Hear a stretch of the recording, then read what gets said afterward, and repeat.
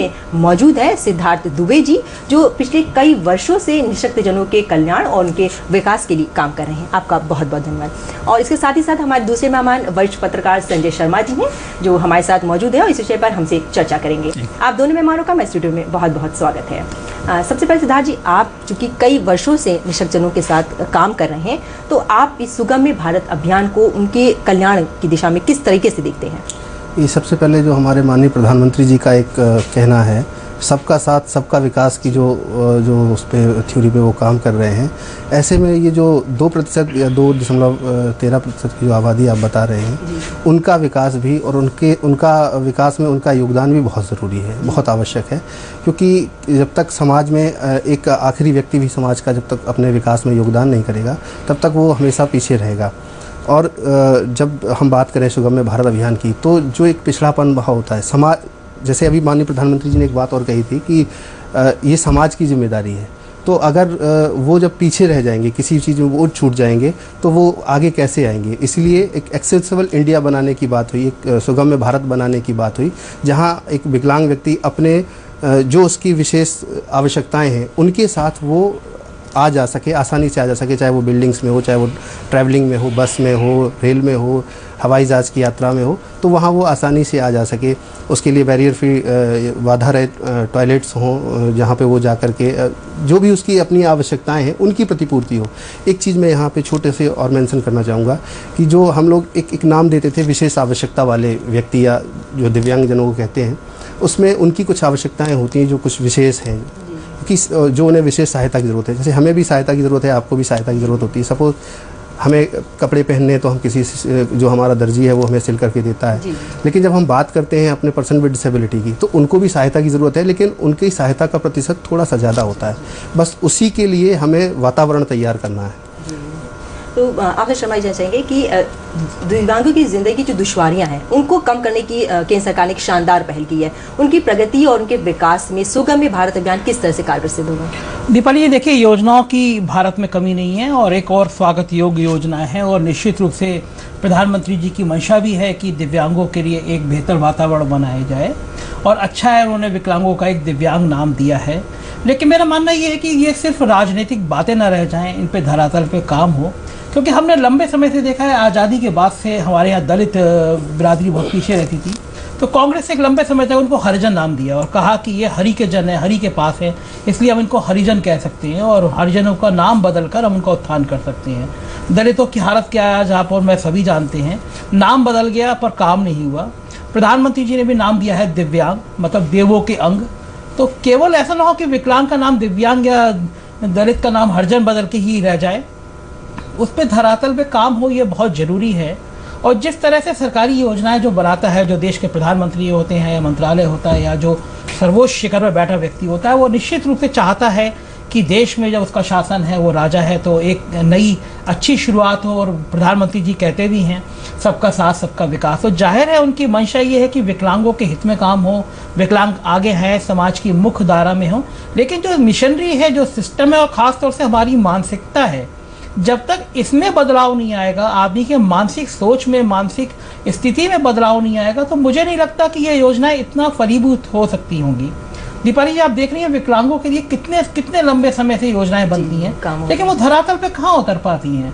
तो कहीं ऐसा ना हो कि ये सिर्फ एक योजना ही बन के रह जाए, धरातल पे काम ना हो। इसके लिए मजबूती है, ज़रूरी है कि सरकारी सिस्टम को डेवलप किया जाए और ये मैसेज दिया जाए ब्यूरोक्रेसी को कि ये समाज के वो लोग हैं जिनकी मदद करना अनिवार्य है। मानसिक रूप से व्यक्तियों को तैयार किया जा सके, तभी ये योजना फलीभूत हो पाएगी। आप दुबे जी कैसे देखते हैं कि जो जिस तरह की योजनाएं लागू की जाए, इनको धरातल स्तर पर लाने में किस तरह की कठिनाइयाँ सामने आती हैं? सबसे पहले तो इसमें जागरूकता का बहुत अभाव होता है। मैं यहाँ शर्मा जी की बात से सहमत भी हूँ। और होता क्या है कि परसेप्शन, जब हम लोग भी कोई दिव्यांगजनों के लिए जागरूकता के लिए काम करते हैं, जागरूकता के कार्यक्रम आयोजित करने की बात होती है, तो वहाँ पे हम उसी कम्युनिटी को टारगेट करते हैं जिसके लिए हमें काम करना होता है। लेकिन मेरा सोचना इसमें थोड़ा सा अलग है कि अगर दिव्यांगजनों के लिए हमें कुछ काम करना है, सच मायने में काम करना है, तो दिव्यांगजनों को हम अपने जागरूकता कार्यक्रमों में बुलाएं। अच्छी बात है, उनके पेरेंट को बुलाएं, अभिभावकों को बुलाएं, उनसे जुड़े लोगों को भी बुलाएं। लेकिन इसके साथ साथ जो सामान्य, जिसको हम तथाकथित रूप से मानते हैं, जो आम जनता है, उसको भी बुलाएं, क्योंकि जो सही मायने में अगर आप जो सुगमता बनानी है वो उन अन्य लोगों को बनानी है जो विकलांग व्यक्ति नहीं है, जो विकलांगता से जुड़े नहीं हैं। क्योंकि देखा जाए तो हमने अपने अनुसार अपना बनाया हुआ, जैसे सपोज हम अपना घर भी बनाते हैं तो हम अपने अनुसार बनाते हैं, लेकिन हम उसको बैरियर फ्री बनाए कि सपोज अगर हमारा कोई मित्र है जो दिव्यांगजन है तो वो मेरे घर में कैसे मुझसे मिलने आएगा। अगर मैं अपना वो पहले से तैयार कर लूँगा तो निश्चित रूप से वो हमारे पास आ जा सकेगा, आसानी से आ जा सकेगा।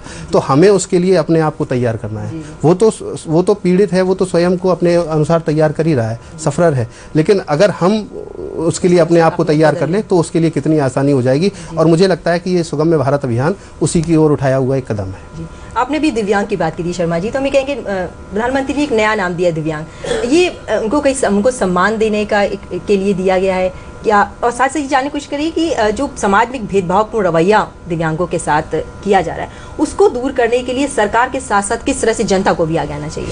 देखिए दीपाली जी, बहुत विडम्बना की बात है और मैं तो ये कहूँगा कि मैं और आप या समाज के वो सभी लोग जो अपने को बहुत ताकतवर और बहुत सक्षम मानते हैं, कहीं ना कहीं वो भी विकलांग है। विकलांग सिर्फ शरीर से ही नहीं विकलांग नहीं होता, मेरा मानना है कि हम लोग मानसिक रूप से विकलांग हैं। हमें गुस्सा आता है, हमें ईर्ष्या आती है, तो ये सब मानसिक विकलांगता के लक्षण हैं। अगर हम इस मानसिक विकलांगता को छोड़ देंगे तो हमारे अंदर संवेदनशीलता पैदा होगी, और जिस दिन हम संवेदनशील हो जाएंगे तो जाहिर है हम इस विषय पे चर्चा की जरूरत ही नहीं रहेगी। हम समाज के प्रति संवेदनशील होंगे, अपने आसपास के वातावरण के प्रति संवेदनशील होंगे, उन मनुष्यों के लिए, उन आदमियों के लिए संवेदनशील होंगे जो किसी वजह से शारीरिक अक्षम है। तो जाहिर है फिर इस विषय पे बात करने की जरूरत नहीं पड़ेगी, समाज एक संवेदनशील स्थिति में आएगा, सबकी मदद करेंगे। लेकिन ये एक अच्छा प्रयास है, उन्होंने एक दिव्यांग नाम दिया है, और वास्तव में वो इसका वातावरण तैयार कर पाए प्रधानमंत्री जी कि दिव्यांग को लोग माने कि ये ईश्वर के अंग हैं, और उसी भांति वो उनको स्वीकार करें, उनका सम्मान करें। और इसके लिए वातावरण बदलने की जरूरत होगी, और खासतौर से अपना मानसिक वातावरण पहले बदलना होगा आम आदमी को, उसको मानना होगा कि ये हमारे बीच के अंग हैं। और देखिए सिस्टम देखिए, दुर्भाग्य देखिए इस देश का कि जिसने IAS टॉप किया जिस लड़की ने, वो विकलांगता के कारण कितने लंबे समय तक सफर करी। देश की सबसे बड़ी सर्विसेज है, ऑल इंडिया सर्विसेज है IAS होना, और वो टॉप कर रही है वो लड़की, और उसके बावजूद वो कितना स्ट्रगल करके कोर्ट में कर रही है। तो ये ज्वलंत उदाहरण है कि जो देश की सबसे बड़ी सेवा में टॉप कर रहा है उसको भी इस सिस्टम में उसी परेशानियों से जूझना पड़ रहा है। तो मैं आपको जैसे कह रहा हूँ कि सरकारी सिस्टम जब तक ठीक नहीं होगा, और बड़ी प्रैक्टिकल बात देखिए आप कि एक डिपार्टमेंट है, बाकायदा विकलांग कल्याण विभाग होता है, किसी भी सीनियर IAS अफसर की पोस्टिंग होती है तो ये मान लिया जाता है यार ये सरकार इससे नाराज है इसलिए इसको इस डिपार्टमेंट में भेज दिया गया। मतलब वो सरकार के अफसरों के दिमाग में वो विकलांग कल्याण विभाग महत्वहीन विभाग है, और उसमें पोस्टिंग मतलब पनिशमेंट पोस्टिंग है। बेहतर होता कि अफसरों को ये मान के चलना चाहिए था कि वास्तव में ये दिव्यांग लोग हैं, हमें अब यहाँ पोस्टिंग मिली है तो ये ईश्वर का काम करने के लिए मिली है, हम इनके लिए अच्छी योजनाएं बनाएं, इनका अच्छा डेवलपमेंट करें। अब अगर जो सिस्टम को ब्यूरोक्रेट चला रहे हैं उनके मन में ये बात आएगी कि हम इस विभाग में गए हैं और यहाँ हम पनिशमेंट पोस्टिंग के रूप में गए हैं, तो कैसे सिस्टम सुधरेगा? क्योंकि अल्टीमेटली तो प्रधानमंत्री जी घोषणा करेंगे काम इसी ब्यूरोक्रेसी को करना है, और इसका माइंडसेट अगर नहीं होगा तो मुझे नहीं लगता कि सिस्टम में बदलाव आ पाएगा। हाँ, अब ये बात अच्छी है कि प्रधानमंत्री जी के इस तरह संदेश से, इस तरह के बिहेवियर से, इस तरह की बॉडी लैंग्वेज से, इस तरह के मैसेज से समाज में एक जागृति पैदा हो रही है, उनका बहुत बड़ा संख्या में फॉलोअर है देश में। तो अगर प्रधानमंत्री जी इस मैसेज को दे रहे हैं तो भली ब्यूरोक्रेसी को समझने में देर लगे, लेकिन जनमानस अपने आप को मानसिक रूप से तैयार कर रहा है दिव्यांगों को स्वीकार करने की, और इस तरह की जो चर्चाएं होंगी, परिचर्चाएं होंगी, तो एक सार्थक और सकारात्मक संदेश आएगा कि ये हमारे अंग हैं, हमारे भाई हैं, हमारे परिवार के लोग हैं, और हमको उनकी मदद के लिए आगे आना चाहिए। एक वातावरण बनेगा तो निश्चित रूप से मुझे लगता है आने वाले समय में इसके बदलाव भी हमको देखने को मिलेंगे। जी, सरकार की कोशिश है कि जो सूचना है, तकनीकी है, भौतिक वातावरण है, परिवहन है, सभी जगह पर जो विकलांग है, दिव्यांग है, इनकी पहुंच बन सके। इसके लिए संबंधित विभागों को कई प्लान भी तैयार कर रहे हैं। तो ये क्या क्या प्रावधान है, क्या प्लान तैयार किए जा रहे हैं, उनके बारे में कुछ बताइए। इसमें अभी जैसा कि मेरी जानकारी में है, अभी लगभग 100 इमारतों को चयन किया गया है उनको बैरियर फ्री बनाने के लिए, वहाँ पे बैरियर फ्री इन्वायरमेंट तैयार करने के लिए।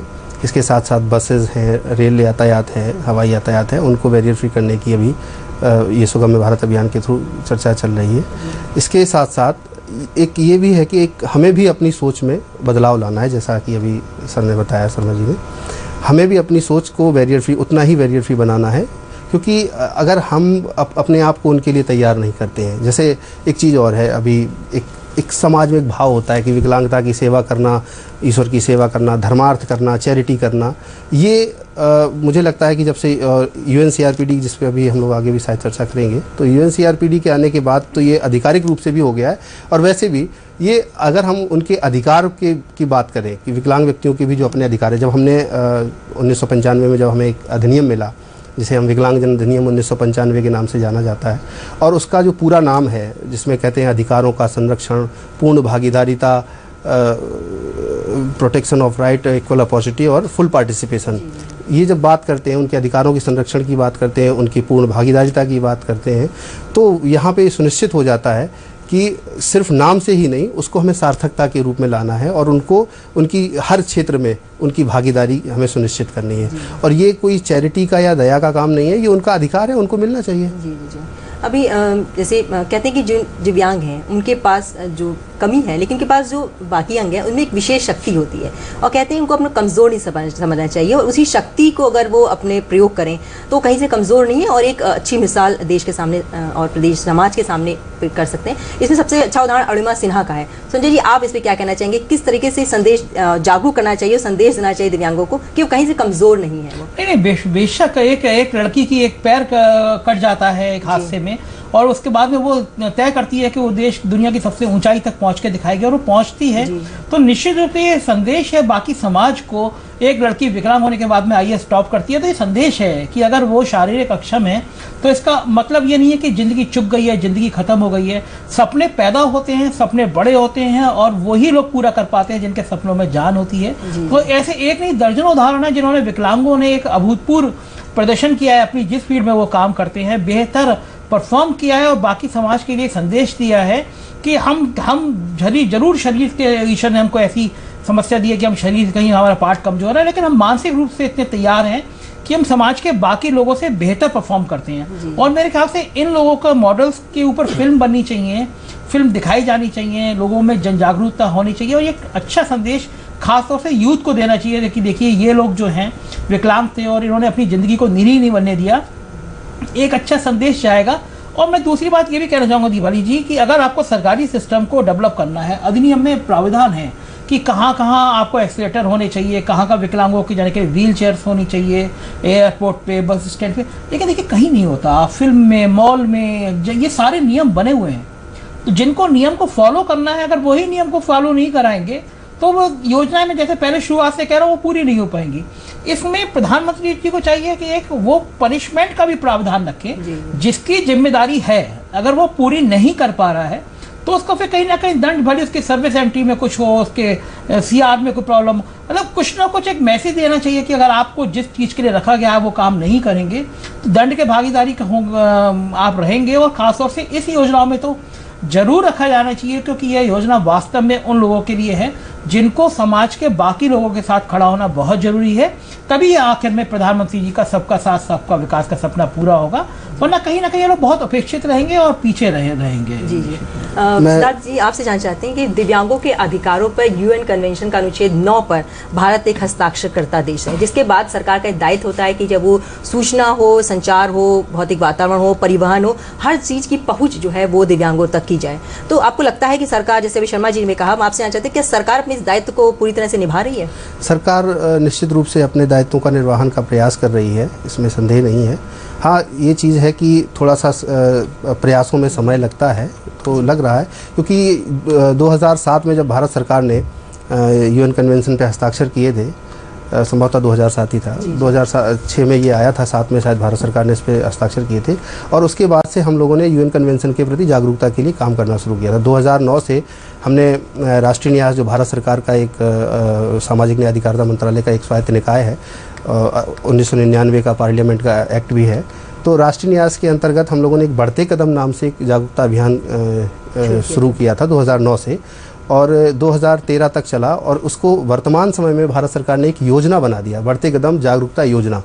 अभी जो रिसेंट नवंबर में 24 नवंबर को भारत सरकार ने 10 नई योजनाएं लॉन्च करी हैं, खासकर जो मानसिक मन्यता, स्वलीनता, प्रमस्तकीय पक्षाघात और बहुविकलांगता वाले व्यक्ति हैं उनके लिए, उनके कल्याण के लिए 10 नवीन योजनाएं लॉन्च करी हैं। उन योजनाओं में इस बढ़ते कदम जागरूकता योजना को उन्होंने रखा। ये प्रोग्राम इतना अच्छे से चल रहा था कि इसके लिए उन्होंने इसको योजना बना दिया, और इस योजना के माध्यम से जो यूएन कन्वेंशन के प्रावधान है, खासकर जो उनके अधिकारों के संरक्षण की बात है, उसको हम लोगों ने उसमें लाइमलाइट में लाने का प्रयास किया। जैसे उनका जो अधिकार, जो हमारे सामान्य मानवीय के अधिकार होते हैं, वही उनके भी अधिकार है। जीवन जीने का अधिकार, परिवार का अधिकार, रोजगार का अधिकार, काम का अधिकार, शिक्षा का अधिकार, स्वास्थ्य और चिकित्सा सेवाओं का अधिकार, ये सारे जो अधिकार एक सामान्य मानवीय के होते हैं, वो सारे उनके भी अधिकार हैं, वो उनको मिलने चाहिए। और यूएनसीआरपीडी एक सबसे बड़ी बात जो कहता है, जो चैरिटी की, जो अभी हम लोग अभी बात कर रहे थे, जो चैरिटी की जो बात आती है कि सब विकलांगों की सेवा धर्मार्थ है, ईश्वर की सेवा है, लेकिन यूएनसीआरपीडी स्पष्ट शब्दों में कहता है कि ये उनके अधिकार है, ये उनको मिलने चाहिए, और उसकी व्यवस्था करना सरकार का दायित्व है। जी जी। संजय जी, आपसे आना चाहेंगे कि जो विकलांग जन समान अवसर अधिकार संरक्षण और पूर्ण भागीदारी अधिनियम 1995 की धारा 44, 45 और 46 के अनुसार विकलांग व्यक्तियों के साथ कहीं भी भेदभावपूर्ण रवैया नहीं किया जाना चाहिए, और जो विकलांग व्यक्ति अधिनियम की धारा 46 के अनुसार राज्यों को इसके लिए कई प्रावधान किए जाने की आवश्यकता है। तो आप उत्तर प्रदेश में इसको किस तरह से देखते हैं? क्या सरकार, राज्य सरकार इस तरह दिव्यांगों के लिए कुछ सहूलियतें या प्रावधान प्रदान कर रही है उन्हें? दीपा जी, देखिए, सरकारों की तरफ से तो हर बार योजनाओं का ऐलान होता है, हर बार कहा जाता है कि करेंगे, लेकिन बड़ा दुर्भाग्य है कि विभागों में विकलांगों की नौकरियों के कोटा होता है। और मेरी जानकारी में ये कई विभाग ऐसे हैं जो ये अपना विकलांगों के नौकरी का कोटा तक पूरा नहीं कर रहे हैं। तो आप अगर जो चीज़ आपके संविधान में दी हुई है, आप अपने विभाग में उनके एक कोटा है, आप उनको रख लेंगे तो एक पूरा परिवार उनका सर्वाइव करेगा, उनके वैवाहिक स्थिति पैदा होगी।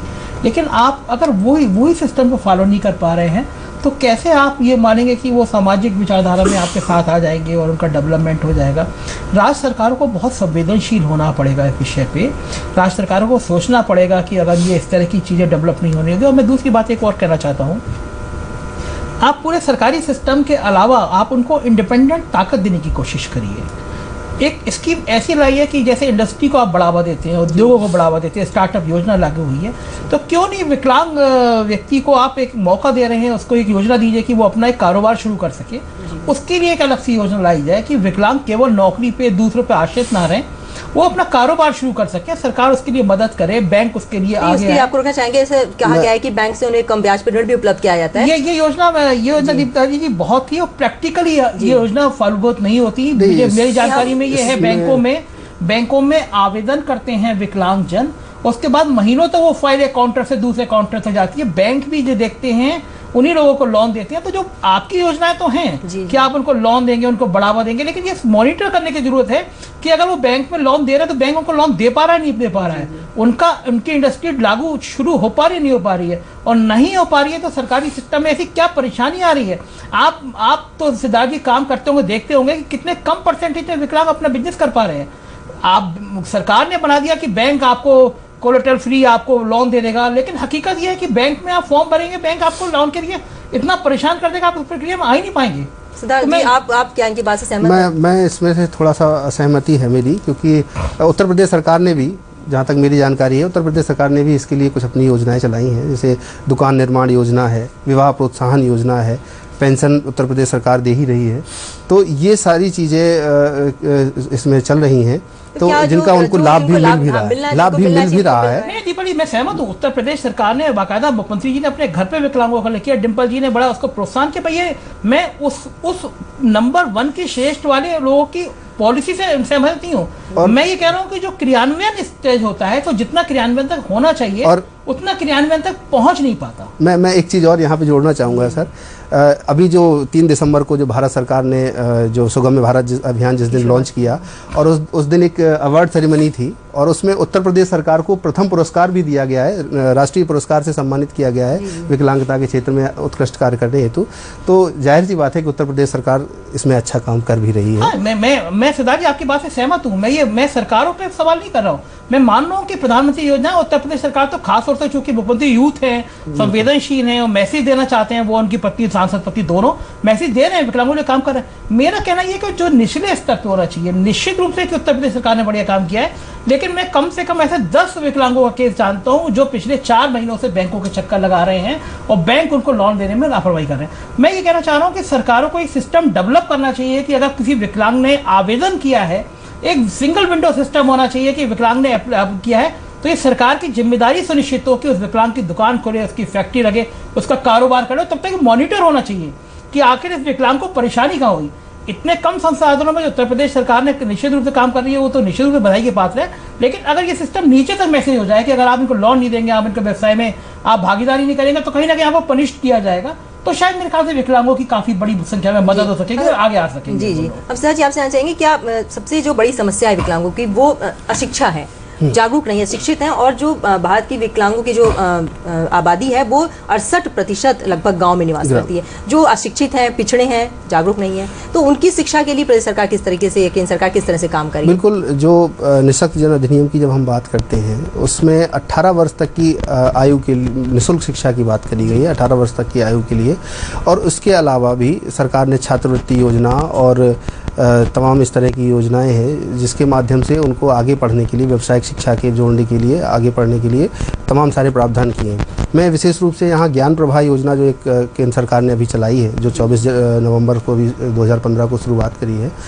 ज्ञान प्रभा योजना के अंतर्गत अगर कोई निःशक्त जन, खासकर विकासात्मक निःशक्तता से मैं यहाँ बताना चाहूँगा, जिसमें मानसिक मंदता, प्रमस्तिष्कीय पक्षाघात, स्वलीनता और बहुविकलांगता की बात की जाए, तो यदि ऐसे कोई निःशक्त जन है और जो व्यावसायिक शिक्षा या आगे की स्नातक स्तर या परा स्नातक स्तर तक की शिक्षा लेना चाहते हैं, तो उनको शिक्षा से जोड़ने के लिए उन्हें छात्रवृत्ति और उनकी स्कॉलरशिप, यहाँ तक कि ट्रांसपोर्टेशन तक के खर्चे देने का इस ज्ञान प्रभा योजना के अंतर्गत प्रावधान रखा गया है। जी जी।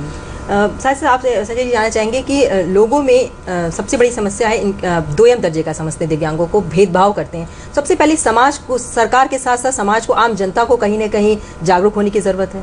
दीपाली जी, सबसे पहली और सबसे आखिरी चीज़ तो वही होगी कि जब तक समाज संवेदनशील नहीं होगा, समाज जागरूक नहीं होगा, समाज ये नहीं मानेगा कि हमारे बीच के लोग हैं और अगर ये कहीं पीछे रह जाएंगे तो हम कहीं बहुत पीछे रह जाएंगे, उनको बराबरी तक के स्तर तक लाने की कोशिश नहीं होगी, तो जाहिर बात है कि वो बराबर के स्तर पे नहीं आ पाएंगे और समाज का एक बहुत बड़ा हिस्सा हमसे पीछे रह जाएगा। तो समाज को संवेदनशील होना पड़ेगा, समाज को जागरूक होना पड़ेगा और एक दिमाग में मानसिक रूप से ये बात लानी पड़ेगी आम आदमी को कि हमारे परिवार के, हमारे बीच के लोग हैं, हमारी जिम्मेदारी है इनको आगे बढ़ाना, समाज की मुख्य धारा में लाना। वो नहीं कर पा रहे तो कहीं ना कहीं अपनी जिम्मेदारी से विमुख हो रहे हैं। जी जी। अभी 22 जनवरी को जब प्रधानमंत्री का वाराणसी दौरा हुआ था तो सामाजिक अधिकारिता मंत्री थावरचंद गहलोत ने देश के 5 राज्यों में जो है वो नेशनल स्पोर्ट्स स्टेडियम दिव्यांगों के लिए खोलने की घोषणा की है। तो क्या शिक्षा, रोजगार के साथ उनको खेल के प्रति भी जागरूक करने की, प्रेरित करने की ज़रूरत है? बहुत ज़रूरत है। अभी एक रिसेंट उदाहरण अभी सामने आया है जो हाल ही में अभी हमारी जो दृष्टिबाधित लोगों की जो क्रिकेट की टीम है उसने अभी T20 विश्व कप को जीता है। और इसके साथ साथ मैं लखनऊ में कई सारे उदाहरण बताऊंगा। 2007 में जब संघाई ओलंपिक हुआ था, विशेष ओलंपिक, उसमें लखनऊ के 2 बच्चों ने गोल्ड मेडल हासिल किया था, स्वर्ण पदक लिया था। उसके बाद 2011 एथेंस ओलंपिक में भी हमारे 2 बच्चे स्वर्ण पदक लेकर के आए थे। और अभी जो हाल ही में US ओलंपिक हुआ है उसमें भी लखनऊ से एक पल्लव मेहरोत्रा हैं जो कि मानसिक रूप से चुनौती लिए हुए हैं, इंटेलेक्चुअल डिसेबल्ड हैं, और उन्होंने भी स्वर्ण पदक अर्जित करके देश को गौरवान्वित किया है। हम लोग का शकुंतला देवी विश्वविद्यालय काम कर ही रहा है, राष्ट्रीय पुनर्वास विश्वविद्यालय बहुत अच्छा काम कर रहे हैं। जी जी, हम चाहेंगे सरकार के साथ साथ आम जनता और दिव्यांग खुद भी जागरूक बने, समाज जागरूक बने। आप दोनों मेहमान हमारे स्टूडियो में आए, हमसे इतनी अच्छी जानकारी दी, बातें की, इसके लिए आप दोनों का बहुत बहुत धन्यवाद।